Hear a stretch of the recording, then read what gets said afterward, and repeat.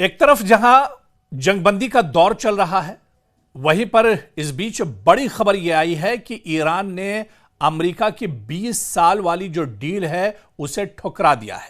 जी हां, और यह अमेरिका के लिए बहुत बड़ा झटका है। दरअसल पूरी खबर यह है कि ईरान ने ट्रंप की बड़ी जो पेशकश थी वो ठुकरा दी है। एटमी प्रोग्राम पर 20 साल पाबंदी का अमेरिका दरअसल मुतालबा चाहता था।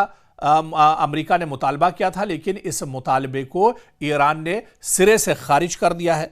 अमेरिका अब इजराइल के दरअसल नक्शे कदम पर चल पड़ा है। ईरान और अमेरिका के दरमियान जारी एटमी मुज़ाकरात में एक बार फिर बड़ा तातुल दरअसल इस वजह से भी पैदा हो गया क्योंकि अमेरिका यह चाह रहा है कि ईरान का जो एटमी प्रोग्राम है उसको 20 साल के लिए ईरान एक तरह से स्टॉप कर दे, उसे रोक दे, लेकिन ईरान इस पर तैयार नहीं है। ईरान ने हामी भरी थी कि वो 5 साल के लिए एटमी प्रोग्राम से को दरअसल रोक सकता है, लेकिन 20 साल की मुद्दत दरअसल बहुत ज्यादा होगी। और ये पूरा जो पेशकश अमेरिका की थी, जो एक तरह से अमेरिका ने ईरान के सामने रखी थी, उस पेशकश को दरअसल ईरान ने सिरे से ही खारिज कर दिया।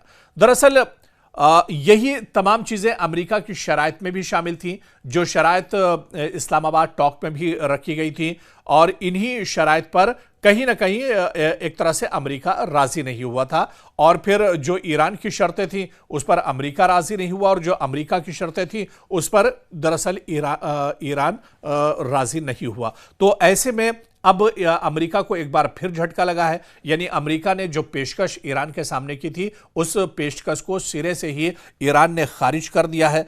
और वॉशिंगटन की जानिब से ईरान के सामने 20 साल तक, जी हां, 20 साल तक यूरेनियम की अफजूदगी रोकने की तजवीज रखी गई थी कि 20 साल तक ईरान यूरेनियम दरअसल प्रोड्यूस नहीं करेगा, यूरेनियम को पैदा नहीं करेगा, जिसे तेहरान ने न सिर्फ मुस्तरद किया है बल्कि एक ऐसी जवाबी पेशकश कर दी है जिसने व्हाइट हाउस में हलचल मचा दी है।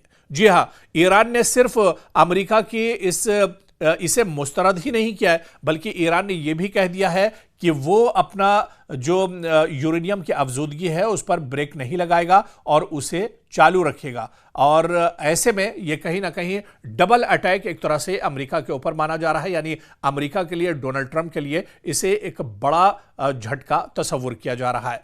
दरअसल ईरान ने भी अपनी कुछ शर्तें रखी थी। ईरान ने कहा था कि जंग दरअसल रुक सकती है, पूरे तौर से रुक सकती है, या फिर इस जंग का खात्मा हो सकता है, मुस्तकिल जंग का खात्मा हो सकता है, लेकिन उसकी कुछ अपनी शराइत हैं, उन शराइत को अमेरिका को मानना होगा। हालांकि 14-15 घंटे तक इस्लामाबाद में मैराथन बैठक चली थी, वो भी बैठक किसी नतीजे पर नहीं पहुंची, और ये बैठक दरअसल किसी नतीजे पर पहुंचे हुए बगैर एक तरह से खत्म हो गई थी। अब सवाल ये उठ रहा है कि एक तरफ डोनाल्ड ट्रंप ये कह रहे हैं कि अब ईरान की जंग खत्म हो रही है, ईरान के साथ बातचीत होगी, ईरान के साथ बैठेंगे। हालांकि जब भी कोई जंग की सूरत हाल होती है, जंग जैसे हालात होते हैं और उसमें अगर बातचीत का दौर चलता है तो बातचीत का दौर लंबा चलता है। कभी पहले मरहले की बातचीत, दूसरे मरहले की बातचीत, तीसरा, चौथा, पांचवा, इस तरह से कई मरहले होते हैं। अभी तो इस्लामाबाद में महज एक शुरुआत हुई है, और अभी यह कहना कि बातचीत नाकाम हो गई, दरअसल जल्दबाजी होगी, क्योंकि जंग बंदी के बाद यह पहली बातचीत हुई थी, रस्मी बातचीत हुई थी। अभी दोनों मुल्क टेबल पर एक तरह से पहुंचे हैं, और जिस तरह से डोनाल्ड ट्रंप ने कहा है कि अब दूसरे दौर की बातचीत शुरू हो सकती है। हालांकि यह बातचीत कहां पर होगी ये तो नहीं पता है, लेकिन यह बातचीत जिस तरह से इशारा दिया है डोनाल्ड ट्रंप ने, बाकायदा उनका बयान आया है कि यह बातचीत शुरू होगी। तो यह बातचीत अगर शुरू होती है, क्या फिर ईरान की जो शर्तें हैं, क्या इन पर दोबारा से अमेरिका गौर व फिक्र करेगा? क्या ईरान की शर्तों को अमेरिका मानेगा? और अगर ईरान की शर्तों को अमेरिका मानता है तो ये अमेरिका के लिए एक बहुत बड़ा झटका भी तस्वुर किया जाएगा। या यूं माना जाए कि जंग में ना तो जंग ही में ईरान अमेरिका जीत सका, और ना ही जब बातचीत के टेबल पर आया तो वहां भी अमेरिका को बड़ा झटका दरअसल लगा है। तो कहीं ना कहीं अब अमेरिका इस जंग में बुरी तरह से फंसा हुआ है। डोनाल्ड ट्रंप बुरी तरह से फंसे हुए हैं। आवाम की नाराजगी, अमेरिका में जो सेनेटर्स हैं, जो मेंबर पार्लियामेंट्स हैं, उनकी नाराजगी, इसके अलावा दुनिया के कई ममालिक उनसे नाराज हैं। फिर अमेरिका में इंतखाबात होने जा रहे हैं। इजराइल से जो टारगेट इजराइल और अमेरिका का था, उस हदफ को भी इस जंग में अमेरिका और इजराइल नहीं हासिल कर पाए हैं।